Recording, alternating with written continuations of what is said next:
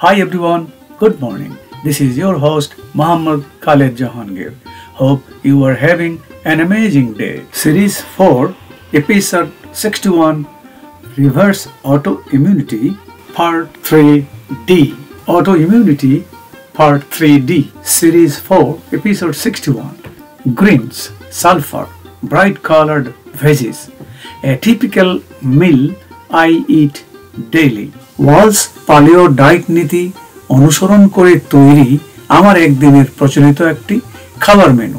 আমার একদিনে প্রচলিত একটি খাবার বা মিল, যেমন সকাল 6টা থেকে 8টা এর মধ্যে ব্রেকফাস্টে আমি খাই হচ্ছে সালাদ, তারপরে সকাল 10টা থেকে 12টা তার চেয়ে একটু বেশি এর মধ্যে লাঞ্চ, আর ডিনার বিকাল 3টা থেকে সন্ধ্যে 6টা এর মধ্যে।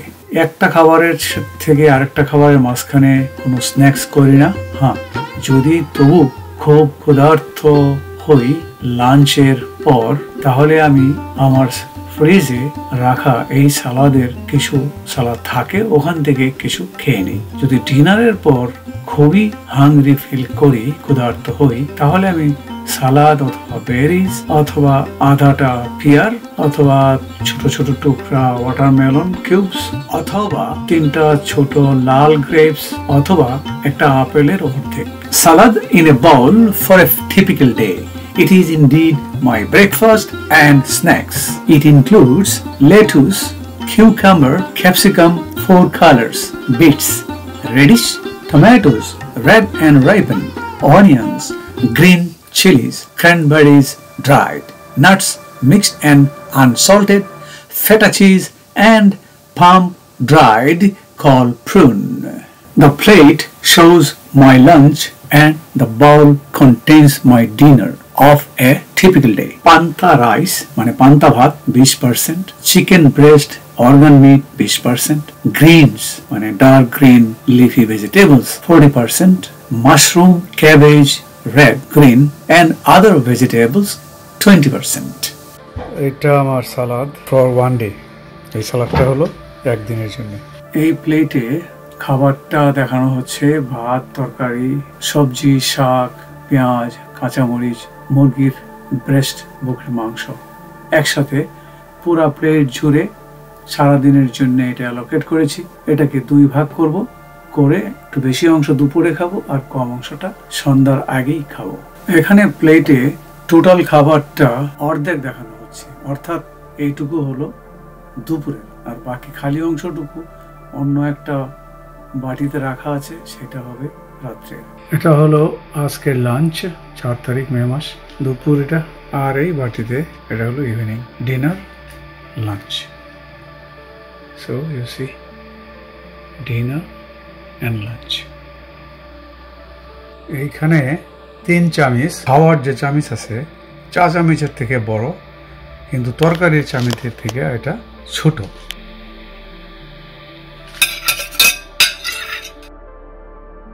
চামচ আর আমার চামচ, যেটাতে আমি ভাত খাই, আমার চামচটার 3 চামচ ভাত। ওকে, সো নাও 3 চামচ ভাত পুরো প্লেটের তলায় ছড়িয়ে দিলাম, মানে একটা একটা করে ভাত হবে পুরো প্লেট জুড়ে। এটা হলো শাক, 1 বাটি শাক। এই যে বাটিটা লক্ষ্য করেন, হলো বাটি, বাটির উপর দিয়ে শাকটা দেখাচ্ছি। এখন এখান থেকে শাকটা আমার প্লেটে নিব, প্লেটে নেওয়ার পর আমি দেখাবো। আচ্ছা, নিতে থাকি আর দেখাইতে থাকি। 1 চামচ, দেখতেছেন কিনা, 2 চামচ, চামচ ঠিক মতো হয় না, 4 চামচ, 5 চামচ, 6 চামচ, 7 চামচ, 8 চামচ। তো দেখেন 8 চামচ শাক দিলাম। শাক মানে এটা আমি সবজি বলি, কিন্তু তরকারিটা কিন্তু ভিজা থাকবে, যে পানি সহ, কারণ আমরা খুব ড্রাই খাই বাংলাদেশে। তা আমার মানে শুষ্ক মুখ, শুষ্ক ঠোঁট, শুষ্ক নাক, এগুলো প্রবলেম আছে, যেটাকে বলে গ্রেইনস প্রবলেম, সেই জন্য সব কিছুতে আমি পানি খাই। তো এইবার দেখেন শাক আর হচ্ছে ভাত, পুরা প্লেট উপচে গেছে, মানে এই হলো প্লেটের মাথা, খেয়াল করছেন, প্লেট উপচে গেছে। তো এই খাবারটা আমি 2 ভাগে ভাগ করব। ধরেন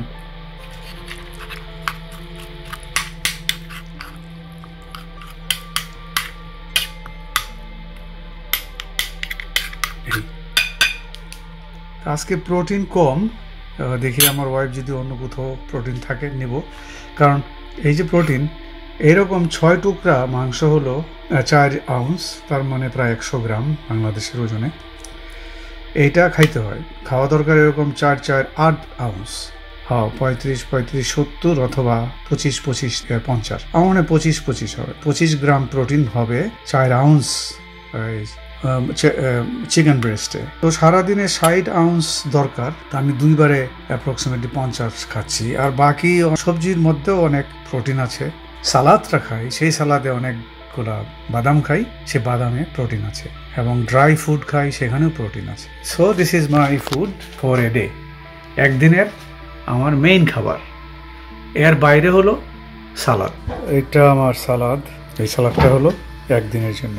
এখন দেখাচ্ছি যে আধাটা পুরো প্লেটটা যে ভরছিলাম তার অর্ধেকটা আবার প্লেটে ছড়াই দিলাম।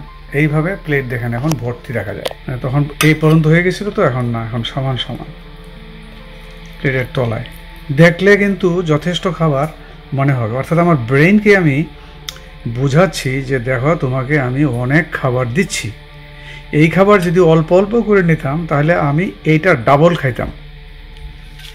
আর এটা হলো আমার রাত্রের জন্যে, মানে আফটারনুন বা ইভিনিংয়ে 2টা আমার ওয়াইফের থেকে ধার করে নিয়েছি 3টা মুরগির মাংসের টুকরা, এটা রেখে দেবো ফ্রিজে।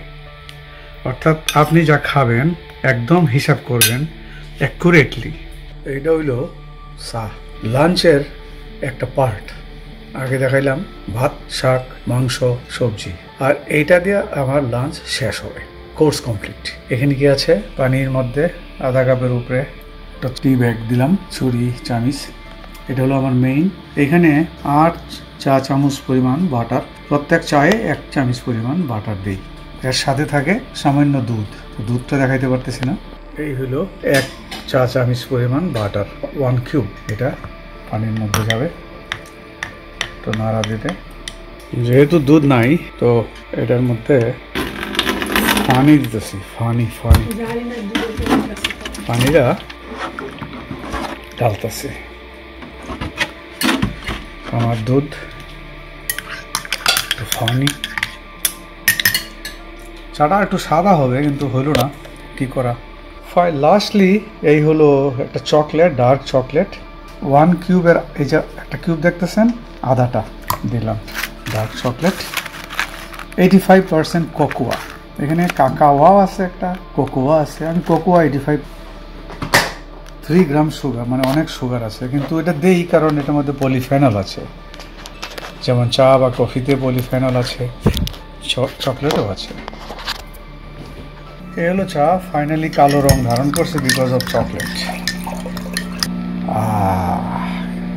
Wahls Protocol Diet Cheat Sheet: Greens, Sulfur, Bright Color, Veggies and Organ Bean. Wahls Protocol Diet Cheat Sheet গাঢ় সবুজ শাক, সালফার সবজি এবং উজ্জ্বল রঙের সবজি।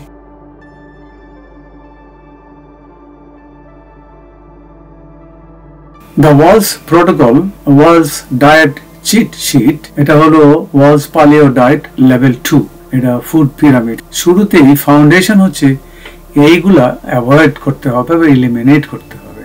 তারপরে ফাউন্ডেশন হচ্ছে all vegetables, 3 cup green, 3 cup sulphur, 3 cups coloured vegetables. এটা লেভেল 1 হিসেবে ধরি আমি। লেভেল 2তে মাংস, মাছ, তারপরে হচ্ছে organ meets, seeds, nuts, fermented foods, seaweeds, healthy fats, oils. তো স্টেপ 1 ফার্স্ট হচ্ছে let us eliminate, আমরা প্রথম এলিমিনেট করব, কিছু খাবার আমরা বাদ দিব, খাবো না।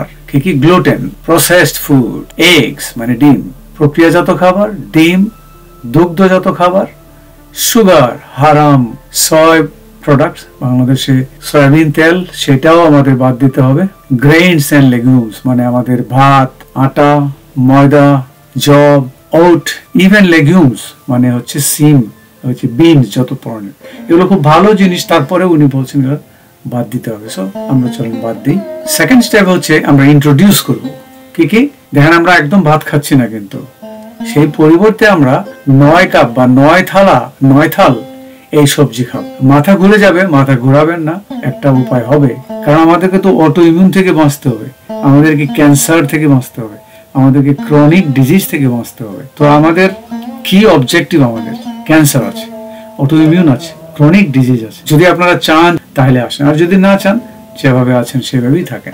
Group 1 3 cup daily dark leafy Greens, গাঢ় সবুজ শাক, কেল শাক, কলার্ড শাক, স্পিনাক বা পালং শাক, সুইচ শার্ড, মাস্টার্ড গ্রিনস মানে সরিষার শাক, এটা পুঁই শাক বাংলাদেশের, সরিষা শাক, মূলা শাক বাংলাদেশে, অবশ্যই এশিয়ান অনেক দেশে মূলা শাক। আবার আমাদের এশিয়াতে আছে কচু শাক, বাংলাদেশে এটা প্রচুর হয়। কলমি শাক হয়, লেটুস এবং রোমেন, এটা সালাদে খেতে হবে। গ্রুপ 2A, গ্রুপ 2 কে আমরা 3টে ভাগে ভাগ করেছি। গ্রুপ 2 মনে রাখবেন সালফার, এতে হলো ক্রুসিফেরাস ভেজিটেবলস, অর্থাৎ সালফার রিচ ক্রুসিফেরাস ভেজিটেবলস। বাঁধাকপি এটা যেমন সবুজ, গ্রিনেও পড়ে, এটা কিন্তু ক্রুসিফেরাসে আসছে। ক্যাবেজ মানে বাঁধাকপি, ফুলকপি, বক চয়, ব্রকলি, ব্রাসেল স্প্রাউট, টার্নিপ মানে শালগম, মূলা বিভিন্ন ধরনের। দেখেন মূলা শাক এবং মূলা রুট দুটেই উত্তম খাবার। তো গ্রুপ 2B, বিতে হচ্ছে সালফার রিচ অনিয়ন এবং গার্লিক। এখানে আমি অনুমানে লিখছি হাফ কাপ, কিন্তু অ্যাকচুয়ালি হাফ কাপ না, এটা 1/4 খাওয়া দরকার। 1/4 শুধু পেঁয়াজ এবং রসুন, আমি এর সাথে আদা মিলাই, আমি আরো অন্যান্য মশলাও নিয়ে আসি। গ্রুপ 2C 3 নম্বরে হচ্ছে সালফার রিচ মাশরুম। না, সালফার গ্রুপে 3টা, একটা হচ্ছে ক্রুসিফেরাস ভেজিটেবলস, একটা হচ্ছে পেঁয়াজ রসুন আদা, আর একটা হচ্ছে মাশরুম, যেটা বাংলাদেশে আমরা খাওয়া চিনি না। এইটা কি বলবো, এটা ক্যান্সারের জন্য কার্যকর, অটো ইমিউনও তো খুবই কার্যকর। আমি বলতে পারি আমি ফেব্রুয়ারি থেকে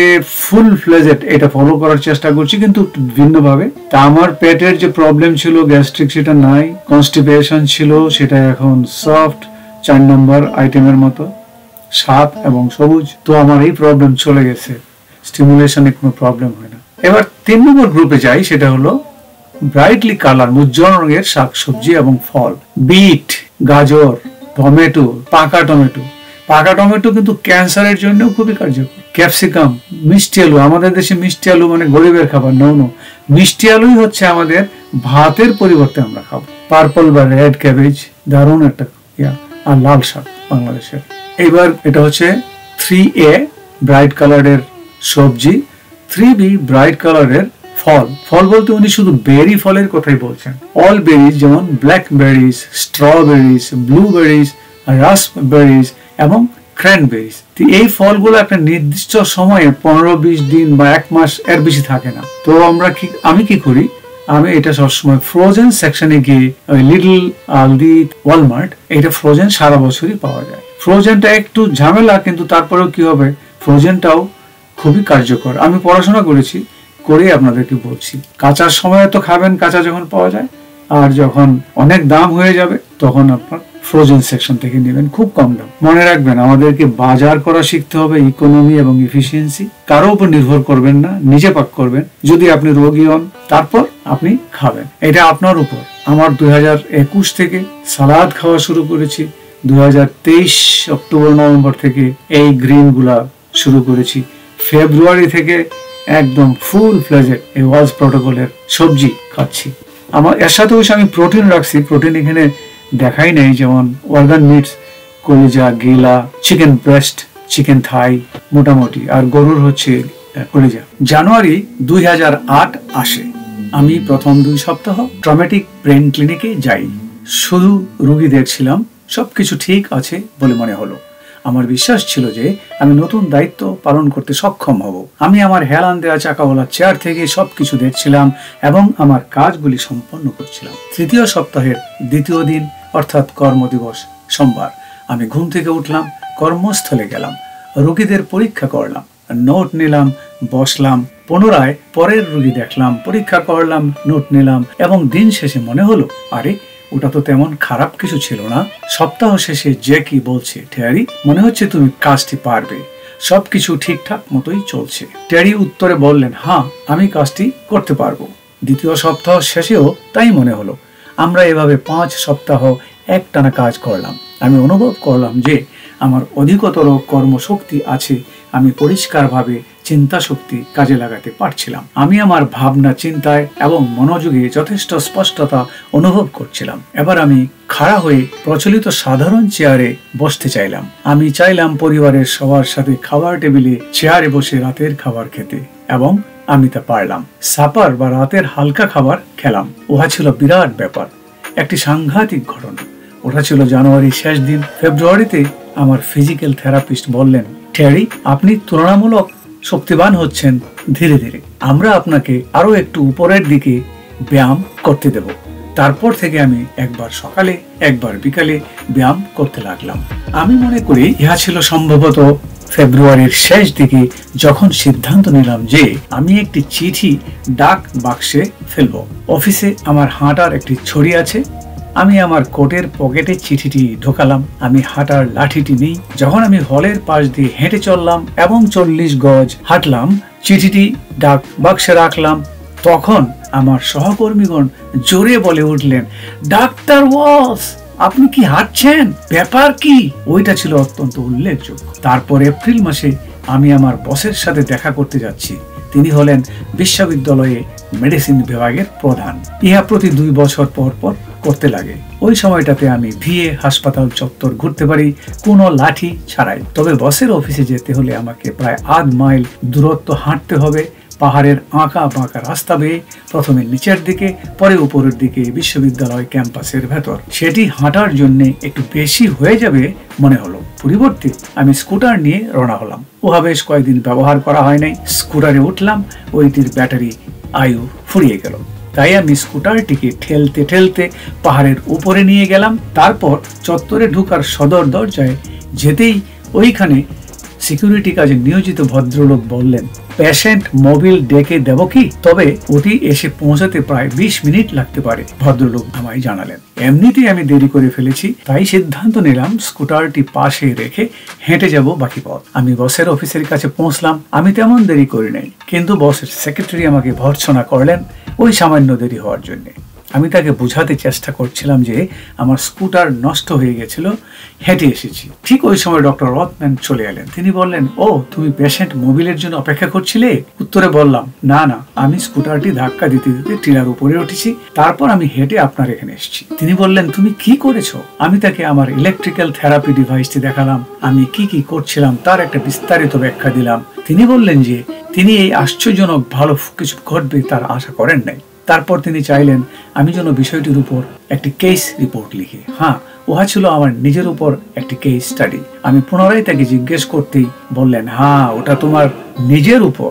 তিনি বলে চলেছেন, তুমি তোমার চিকিৎসায় নিয়োজিত মেডিকেল টিমের সাথে এবং ফিজিক্যাল থেরাপিস্টের সাথে মিলে রিপোর্টটি তৈরি করবে।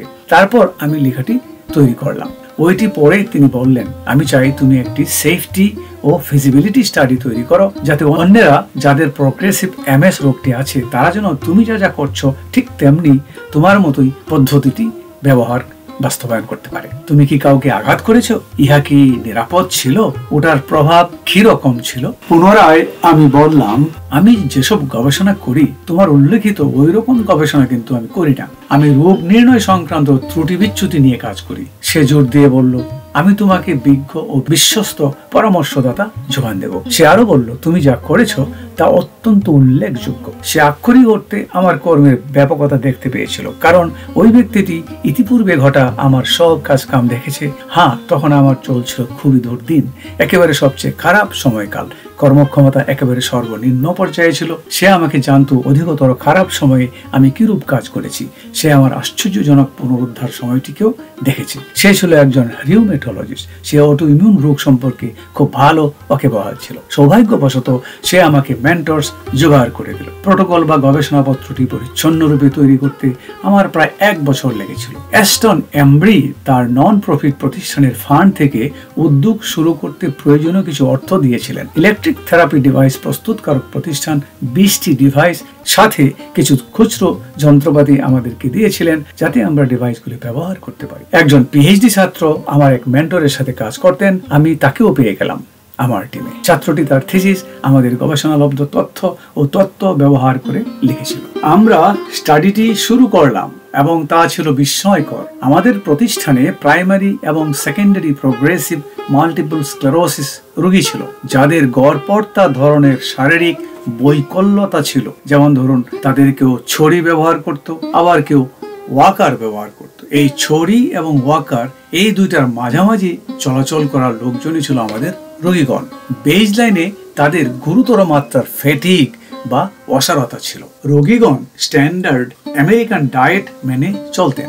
আপনি জানেন যে তাদের খাদ্য তালিকায় ছিল প্রতিদিন 1 সার্ভিং ফল, 1.5 সার্ভিং সবজি, 5 সার্ভিং শস্যদানা ও দুগ্ধজাত খাবার, অনেক অনেক ভাজা পোড়া খাবার, অনেক অনেক প্রক্রিয়াজাত খাবার। সেই সব রোগীদেরকে আমরা মূলত ওয়ালস ডায়েটে অভ্যস্ত করলাম খুব সফলভাবে। তারপর ধ্যানমগ্নতা ও মেডিটেশন প্রোগ্রাম শুরু করলাম। একটি ব্যায়ামের রুটিন ধরিয়ে দিলাম। পেশির ইলেকট্রিক্যাল স্টিমুলেশনও শুরু করে দিলাম। লক্ষ্য করলাম তাদের ফ্যাটিগ বা অসারতার মাত্রা বৈশিষ্ট্যপূর্ণভাবে কমে গেল। তাদের জীবনের মান উন্নতি ঘটলো। আপনি যদি অতিরিক্ত ওজনধারী হন, আপনার ওজন দ্রুত লয়ে কমবে। সত্যিকার অর্থে আমাকে সেফটি রিপোর্টস লিখতে হয়েছিল।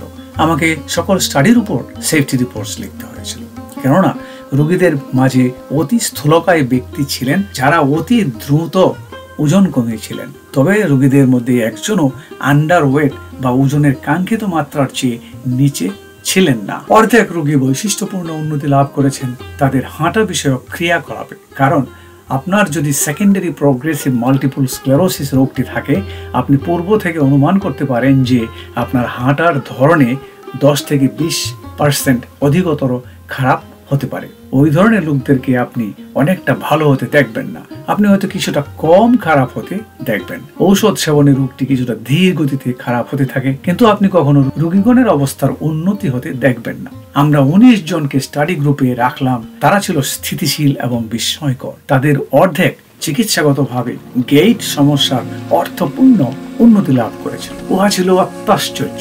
এবার ধ্রুব বলছেন, রোগীগণ কত সময় ধরে ওয়ালস প্রোটোকল মেনে চলেছেন? ডক্টর টেরি উত্তর দিচ্ছেন, উহা ছিল 1 বছর ধরে চলমান একটি গবেষণা। টেরি বলে চলছেন, আমি এখনো ক্লিনিক্যাল ট্রায়াল দিয়ে থাকি। আমি রাজ্যের কোনায় কোনায় যাই এবং লোক সংগ্রহ করে থাকি। আমি ছোট্ট লেকচার দিই নির্দিষ্ট জনগোষ্ঠীর উদ্দেশ্যে। আমি শহরের আগের অংশগ্রহণকারীগণের কাছে ছুটে যাই। পূর্বেকার অংশগ্রহণকারীগণ কথা বলতে দাঁড়িয়ে পড়েন। তারা যোগদানকারী লোকদের উদ্দেশ্যে বলেন তাদের অভিজ্ঞতার কথা এবং কেমন করে প্রোটোকলটি কাজ করছে, কেমন করে তাদের জীবনকে বদলিয়ে দিয়েছে।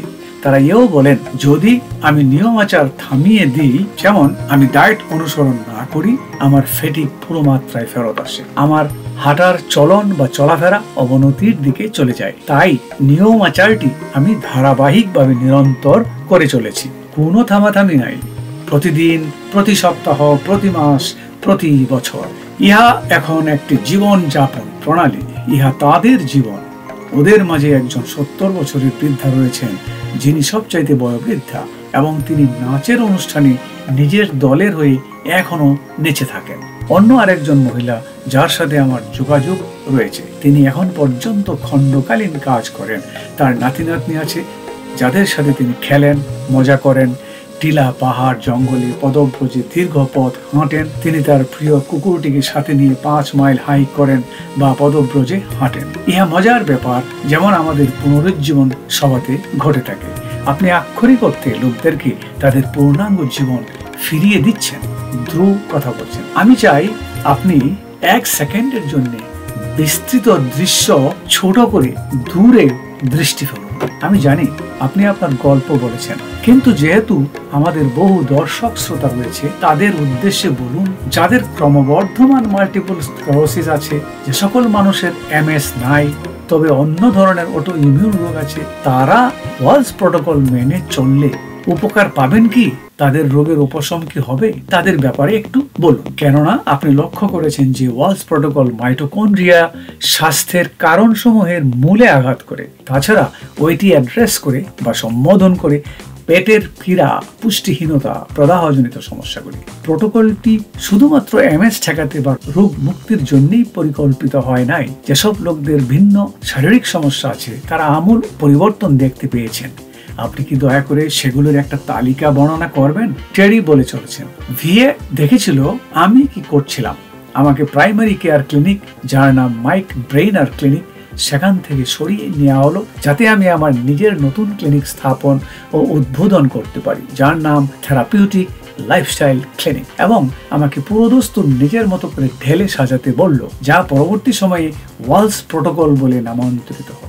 তবে আমি জানতাম যে ওই নামে ডাকা যাবে না যতক্ষণ আমি ভিএ ক্লিনিক্স এর অধীন থেকে কাজ করব। সেখান থেকে ব্যথা নিরাময়, প্রাথমিক যত্ন নেওয়া থেকে অবসাদ, ব্রেইন ফগ, সব ধরনের জটিল ও কঠিন রোগীগণকে আমার নতুন ক্লিনিকে রেফার করতে বললাম আমাকে সব কঠিন ও জটিল কেসগুলি তোমরা দাও। কিছু আমরা পেলাম, অত্যন্ত শুভ ফল পেলাম। তারপর রোগীর সংখ্যা ক্রমান্বয়ে বাড়তে শুরু করলো। একসময় বন্যার পানির মতো অসংখ্য রোগীর ঢল নেমে এলো। আমি নতুন রূপে ক্লিনিক ঢেলে সাজালাম। আমি চাইনি অধিক রোগী সত্ত্বেও যেন রোগীদেরকে লম্বা সময় অপেক্ষা করতে না হয়। তাই আমরা ছোট ছোট দলগত সাক্ষাৎ থেকে বড় দলে রোগীদেরকে সাক্ষাৎ ব্যবস্থা করলাম, যা ছিল মূলত শ্রেণীকক্ষের মতো। আমরা যেসব সমস্যাগুলি দেখেছি তা হলো, যেসব রোগীদের ক্রনিক বা দীর্ঘমেয়াদী রোগ ছিল তাদের ছিল একাধিক দীর্ঘমেয়াদী রোগ। তাদের মধ্যে অধিকাংশ ছিল পঙ্গু এবং তারা ফুড স্ট্যাম্পের উপর নির্ভরশীল ছিলেন। ফুড স্ট্যাম্প হলো অঙ্গরাজ্য সরকারি সম্পূরক পুষ্টি সহায়ক কর্মসূচি, যার আওতায় সর্বনিম্ন আয়ের নাগরিকগণ যারা নির্বাচিত হওয়ার যোগ্যতা প্রমাণ করতে পারেন তারাই শুধুমাত্র এই সুবিধাটুকু পেয়ে থাকেন। ওই সকল দীর্ঘমেয়াদী রোগীগণের প্রধান অভিযোগ সমূহ হলো ধারাবাহিক সিভিয়ার অবসাদ বা ফ্যাটিগ, ব্যথা এবং ব্রেইন ফগ। তাছাড়া রোগীগণের ছিল ডায়াবেটিস, স্থূলতা, rheumatoid arthritis, fibromyalgia, lupus, psoriatic arthritis, উদ্বেগ, বিষণ্ণতা, post traumatic stress disorder, traumatic brain injury ইত্যাদি। তাদের বিভিন্ন ধরনের সমস্যা। আমরা তাদের চিকিৎসা দিয়েছি মূলত মাইটোকন্ড্রিয়ার সমস্যা সমাধান করতে, অর্থাৎ আমরা মাইটোকন্ড্রিয়াকে সুস্থ করার চেষ্টা করেছি, আর ওরা যখন হয়েছে এই সকল রোগ সুস্থ হয়ে গেছে। আমরা তাদের একটি মৌলিক সাপ্লিমেন্ট মিশ্রণ, অর্থাৎ বেশ কিছু সাপ্লিমেন্টের একটি ককটেল ব্যবস্থাপত্র দিই, যা মাইটোকন্ড্রিয়া সুস্থ করতে সহায়তা করেছিল। আমরা তাদেরকে ওয়ালস ডায়েট দিয়ে থাকি। রোগীদের জন্য একটি মাংস খাদক ভার্সন, মিট ইটিং ভার্সন এবং আরেকটি নিরামিষ খাদক ভার্সন, অর্থাৎ ভেজিটেরিয়ান ভার্সন। তাদেরকে আমরা বাজার করার কৌশল, খাবার পরিকল্পনা কৌশল শিখিয়ে থাকি। মনে রাখবেন, ওই সকল লোকেরা ফুড স্ট্যাম্পের উপর নির্ভরশীল থাকেন আমেরিকার মধ্য পশ্চিম অঞ্চলে, গ্রামীণ মিসৌরি এলাকায়, সদাই করেন ছোট্ট মুদি দোকানে। যদিও তারা ক্লান্ত অবসন্ন, তাদের অসাধারণ সাফল্যতা আছে। লোকেরা ক্লিনিকে আসবেন, তাদের কর্মশক্তির উন্নতি ঘটছে, তাদের মেজাজের উন্নতি হচ্ছে, তাদের মস্তিষ্কের স্পষ্টতার উন্নতি হচ্ছে, তাদের ওজন কমতেছে, তাদের রক্তচাপ কমতেছে, তাদের রক্তে চিনির মাত্রাও কমতেছিল। আমরা তাদের ঔষধগুলি অজটিল করা বা সহজ সরল করি। আমি প্রতি 6 মাসিক রিপোর্ট পাঠাই primary care, specialist medicine, pain clinic এই সকল সংস্থাগুলোর কাছে। রিপোর্টে লিপিবদ্ধ করি আমরা কি দেখছি, কি করছি ইত্যাদি বিষয়ের উপর। তাছাড়া আমি রিপোর্ট করি হাসপাতালের অ্যাডমিনিস্ট্রেটরের কাছে। আমাদের সাফল্যের মূলে ছিল 3টি খাদ্য সমষ্টি এবং একটি জীবনযাপন প্রণালী পরিবর্তন। আর ধ্রুব বলছেন, যেহেতু আপনি উল্লেখ করেছেন যে আপনি অনেক জিনিসের মধ্যে একটি কাজ করেছেন যা আপনাকে সাহায্য করেছিল, আপনি নিজেকে নিজেই জিজ্ঞেস করেন, আমি ওই সব সাপ্লিমেন্ট গ্রহণ করছি, কিন্তু ওই সাপ্লিমেন্টগুলি কোন কোন খাবারে পাওয়া যায়? তাদের মধ্যে বেশি পরিমাণে কেন্দ্রীভূত আছে যেসব জিনিসের মাঝে, যেমন অর্গান মিট, কলিজা, হার্ট, কিডনি, লাংস ইত্যাদি, যেগুলি আজকের আলোচনা শুরুতে উল্লেখ করেছেন। যেমন আপনি উল্লেখ করেছেন বোন ব্রথ, ফাইবার এবং অর্গান মিট। আপনার রোগীগণ যারা আয়ো আর পল্লীতে থাকেন, জীবনযাপন করেন ফুড স্ট্যাম্পের উপর নির্ভর করে, তারা অর্থনৈতিক পরিসীমার সবচেয়ে নিম্ন পর্যায়ে রয়েছেন তারা কিভাবে অর্গান মিট জোগাড় করতে পারেন, অথবা আপনারা তাদের উপর কি ছেড়ে দিয়েছেন যাতে রোগীগণ খুঁজে খুঁজে দেখতে পারেন, পাইলে পাইলে নইলে নাই? তিনি উত্তর দিচ্ছেন, আইওয়াতে খুব বেশি সংখ্যক হরিণ পাওয়া যায়। অনেক জনগোষ্ঠী আছে সেখানে যারা বন থেকে শিকার করতে পারেন এবং ভেনিসন মানে হরিণের মাংসকে ভেনিসন বলা হয়, তাদের লকারে ভেনিসন মাংস যত্ন করে রাখেন। তাই আমরা রোগীদেরকে বলি তারা যেন স্থানীয় সম্প্রদায়ের কাছে যায় এবং জিজ্ঞেস করে শিকারীগণ কিছু মাংস গরিব রোগীদেরকে দেবেন কিনা। আমরা তাদেরকে সপ্তাহে অন্ততপক্ষে এক বেলা হাড়, কলিজা অর্থাৎ অর্গান মিট খেতে বলি। আমরা কথা বলতাম হাড় এবং খুর পানিতে জাল দিয়ে বোন ব্রথ তৈরি করার কথা, কিভাবে তৈরি করতে হয় শিখাতাম। আমরা আরো বলতাম ফাইবারের গুরুত্ব সম্পর্কে, লোকদেরকে শিক্ষা দিতাম কিভাবে ফ্র্যাগমেন্টেড বা গাঁজানো খাবার তৈরি করা যায়, যেমন সাওয়ারক্রাফট, কিমচি। আমরা বলতাম অনেক সবজির কথা, 1 গাঢ় সবুজ পাতা সমৃদ্ধ শাকসবজি, 2 বাঁধাকপি গ্রুপের শাকসবজি, 3 পেঁয়াজ গ্রুপের শাকসবজি, 4 মাশরুম পরিবারের শাকসবজি এবং 5 উজ্জ্বল রঙের শাকসবজি যেমন বিটস, ক্যারটস, ক্যাপসিকাম, মিষ্টি আলু, পার্পল বা লাল রঙের বাঁধাকপি। আমি তাদের বলতাম যে তারা যেন দৈনিক 9 কাপ বা 9 থাল সবজি প্রতিদিন খান। তারা জিজ্ঞেস করতো, আপনি নিশ্চয়ই 9 কাপ প্রতি সপ্তাহে খেতে বলছেন? আমি উত্তরে বলতাম, না না, 9 কাপ প্রতিদিন খেতে হবে। 3 কাপ সবুজ গ্রুপ থেকে, 3 কাপ সালফার গ্রুপ থেকে, 3 কাপ গাঢ় রঙের সবজি গ্রুপ থেকে বাছাই করে খেতে হবে, এটা ম্যান্ডেটরি। ধ্রুব বলছেন, গরিব লোকজন কিভাবে দামি শাক পাতা কিনবেন? টেরি বলতেছেন, ক্যাবেজ, বাঁধাকপি প্রচুর পরিমাণে পাওয়া যায় এবং সেগুলি খুব কম দামে কিনতে পারেন তারা। অন্য বিষয়গুলির মধ্যে আমরা আলোচনায় আনতাম কত সহজে কেল, কলার্ড শাক সমূহ ফলানো যায়। আপনি যদি সূর্যের আলো পান, আপনার যদি 1 খণ্ড ভূমি থাকে, অথবা আপনি টবে মাটি ভরে ওগুলি ফলাতে পারেন। ওই সকল সবুজ পাতার সবজি উৎপাদন আপনার সামর্থ্যের মধ্যেই আছে। তাছাড়া বন বা রাস্তার ধার থেকে, মাঠ থেকে কুড়িয়ে পেতে পারেন শাকগুলি, যেমন ড্যান্ডেলিয়ন গ্রিনস বসন্তে আপনা আপনি গজায়। ওইগুলি আগাছা বলে উপড়িয়ে না ফেলে কয়দিন অপেক্ষা করুন, আপনার শাক জোগাড় হবে। তাছাড়া বন থেকে মাশরুম কুড়িয়ে আনতে পারেন। আমরা আরো একটি জিনিস করি, আমরা একটি ড্যান্ডেলিয়ন পাতা দলের একজনের হাতে দিয়ে বলি, প্রতিজন ওখান থেকে একটু একটু করে চাবাও এবং বলো ওটা কিরকম তিতা। তারপর আমরা সবুজ শাক রান্না করি, তাদের সামনে ডেমনস্ট্রেট করি। ভেড়ার চর্বিযুক্ত মাংস দিয়ে বেকন বানাই, তারপর সবুজ শাকের সাথে বেকন মিশ্রণ করে ওইগুলি একসাথে ঘি অথবা ক্যানোলা অলিভ তেলে হালকা ভাজি বা সতে করি। আমরা অংশগ্রহণকারীদের মাঝে বেকন সহযোগে পাকানো সবুজ শাক বিলি বন্টন করি, অর্থাৎ খাওয়াই। তারা খেয়ে খুব স্বাদ পান এবং বলেন, ওয়াও, খেতে দারুণ। উল্লেখ করা যেতে পারে সবাই উপলব্ধি করেন তেতো শাক যে মজাদার খাবার হতে পারে, যা মাইটোকন্ড্রিয়ার জন্য খুবই উপকারী। 9 কাপ দিনে খেতে হবে ব্যাপারটি ভাবতে যত না কঠিন, আমরা তাদেরকে বোঝাতে সক্ষম হই যে রন্ধন প্রণালী খুবই সহজ একটি ব্যাপার। আপনি পুরো বেকন নিলেন, প্রথম ফ্রাই করলেন যতটুকু আপনার পছন্দ, ভাজা বেকন একটি পাত্রে রাখলেন, কেটে ছোট ছোট টুকরা করলেন, বেকনের ফ্যাট বা চর্বি ফ্রাই প্যানে বা স্কেলেটে রেখে দেন। এরপর সবুজ শাক ছোট ছোট করে কেটে সেই বেকন ফ্যাটের বা স্কেলেটে বা ফ্রাই প্যানে ঢেলে দিন। তার সাথে পেঁয়াজ দিন, রসুন দিন, মাশরুম দিন, আপনারা ঘিও দিতে পারেন। হালকা নাড়াচাড়া করলেন যতক্ষণ না শাকের তাজা ভাব একটু কমে যায় বা নিস্তেজ হয়ে যায়। যদি কেল বা কলার্ড শাক হয় তাহলে 1 থেকে 3 মিনিট নাড়াতে হবে। খেয়াল রাখবেন সেগুলি যেন অতিমাত্রায় রান্না না হয়, তাহলে পুষ্টি কম্পাউন্ডগুলি হারিয়ে যাবে। এরপর চপড বা কাঁটা বেকনগুলি শাক পাতার উপর রাখুন এবং সেভাবে প্রত্যেকে পরিবেশন করুন।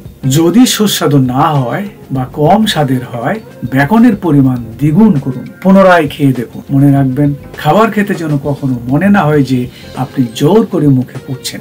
লক্ষ্য রাখতে হবে মজাদার ভাবটি যেন বজায় থাকে পরিবেশন করার সময়, খাবার গ্রহণের সময়। উপস্থিত সবাইকে বলি যে আপনি চর্বি কম দেবেন শাকে, তখন তেতো স্বাদটি জিহ্বায় ধাক্কা দেবে, অর্থাৎ চর্বি বা তেল শাকে বেশি দিতে হবে। খাবারটি কেউ খেতে চাইবে না, তা উপকারিতা থেকে বঞ্চিত হবে। আপনি এবং আপনার সন্তানগণ ওগুলি খেতে পছন্দ করবেন, তাই বিষয়টি খুবই গুরুত্বপূর্ণ। তাই যথেষ্ট চর্বি দেন বা তেল দেন শাক পাতা রান্নায়, যাতে তেতো ভাবটি লুকিয়ে রাখে। তারপরেও যদি শাক পাতা খেতে স্বাদ না পান, তাহলে ব্যালসেমিক ভিনেগার বা অ্যাপল সাইডার ভিনেগার অথবা লেবুর রস মিশান শাক পাতায় রান্নায়। সেগুলি পিএইচ কমাবে, তেতো ভাব হটিয়ে দিবে। তারপর সবুজ শাক পাতাগুলি খেতে আরো অসামান্য মজাদার হবে। ধ্রুব বলছেন, কতটুকু ফাইবার খেতে হবে? লোকেরা কি মেপে পরিমাণ ঠিক করেন? আপনি বলেছেন প্রতিদিন 9 কাপ গাঢ় সবুজ শাক পাতা, সালফার সবজি, উজ্জ্বল রঙের সবজি। আপনি যদি গ্রাম ওজনে মাপেন, তাহলে সেটার পরিমাণটা কিরকম একটু বলুন। টেরি বলছেন, আমি মনে করি গ্রাম হিসেবে ওজন করে না দেখে চলুন আমরা কথা বলি, আমরা কোন জিনিসটি দেখলে বুঝতে পারবো যে একজন পরিমাণ মাফিক শাক পাতা সবজি খেয়েছেন। হ্যাঁ, আমি চিন্তা করি আমাদেরকে পরীক্ষা করে দেখতে হবে প্রতিদিনকার মাইক্রোবায়োম কি অবস্থায় আছে। নিচে ব্রিস্টল স্টুল চার্ট দেখানো হলো। 7 ধরনের মল প্রদর্শন করা হয়েছে, 7 ধরনের পায়খানার নমুনা। টেরি বলছেন, মলের গঠন প্রণালীতে বা শ্রেণী বিভাগে দেখানো হয়েছে আপনার মল দেখতে কেমন। শ্রেণী নাম্বার 1 থেকে 7 এর মধ্যে আপনার মলটি দেখতে ঠিক কোন টাইপের মতো, উহা বেশ সাহায্যকারী। আপনার কি কোষ্ঠকাঠিন্যতা আছে? আপনার কি ডায়রিয়া হয়েছে? ইহা পুরোমাত্রায় একটি গবেষণা কৌশল যা 7 শ্রেণী বিভাগে দেখতে পাচ্ছেন। তবে রোগীগণ শ্রেণী নম্বর স্মরণ রাখতে পারেন না। তারা পরিভাষাটি বুঝতে পারেন অনায়াসে। তারা প্রশ্ন করতে পারেন, আপনি কি শক্ত পাথর টুকরার মতো মল ত্যাগ করছেন? আপনি কি শুকনো কাঁটাযুক্ত টুকরো টুকরো মল বের করছেন? আপনি কি মসৃণ সাবলীল টুকরো মল ত্যাগ করছেন? আপনি কি সাপের মতো দেখতে মল ত্যাগ করছেন? আপনি কি পুডিনের মতো মল ত্যাগ করছেন? আপনি কি চায়ের মতো মল ত্যাগ করছেন? আমরা সবাই হাস্যরস করি ব্যাপারটি নিয়ে। আমি বলি, ঠিক আছে, এখন আমরা ঠিক করলাম নিখুঁত মল দেখতে হবে সাপের মতো এবং রং হবে সবুজ। কিন্তু যদি সাপটি আপনার পাজামাতে বা লুঙ্গিতে বা পেটিকোটে লেগে যায়, তাহলে উহা কিছুতেই নিখুঁত পায়খানা বা মল হতে পারে না। আমি চাই আপনি সহজে পেট খালি করেন, আপনি যাতে নিয়ন্ত্রণ করতে পারেন। আপনি যদি চায়ের মতো বা পুডিং এর মতো পায়খানা করেন, তাহলে আপনাকে কম পরিমাণে ফাইবার খেতে হবে, আপনাকে বেশি পরিমাণে বোন ব্রথ খেতে লাগবে, সকল প্রকার শাক সবজি উত্তম রূপে রান্না করতে হবে, ঝোল বা স্যুপের মতো করে রান্না করে খাবেন। অন্যদিকে আপনি যদি শক্ত পাথর টুকরা পায়খানা করেন, কাঁটাযুক্ত কাঠের গুঁড়োর মতো, আপনাকে বেশি করে ফাইবার খেতে হবে। আপনাকে বেশি করে কাঁচা খাবার বা সালাদ খেতে হবে, বেশি গাঁজানো খাবার বা ফ্র্যাগমেন্টেড ফুড খেতে হবে। আমাদের সম্ভবত চিন্তা করতে হবে বেশি করে চিয়া বীজ বা তকমা বা ইসবগুলির ভুসি খাবারে যোগ করতে হবে। বেশি পরিমাণে মৌলিক যৌগিক কার্বোহাইড্রেট ভোজন প্রণালীতে যোগ করতে হবে।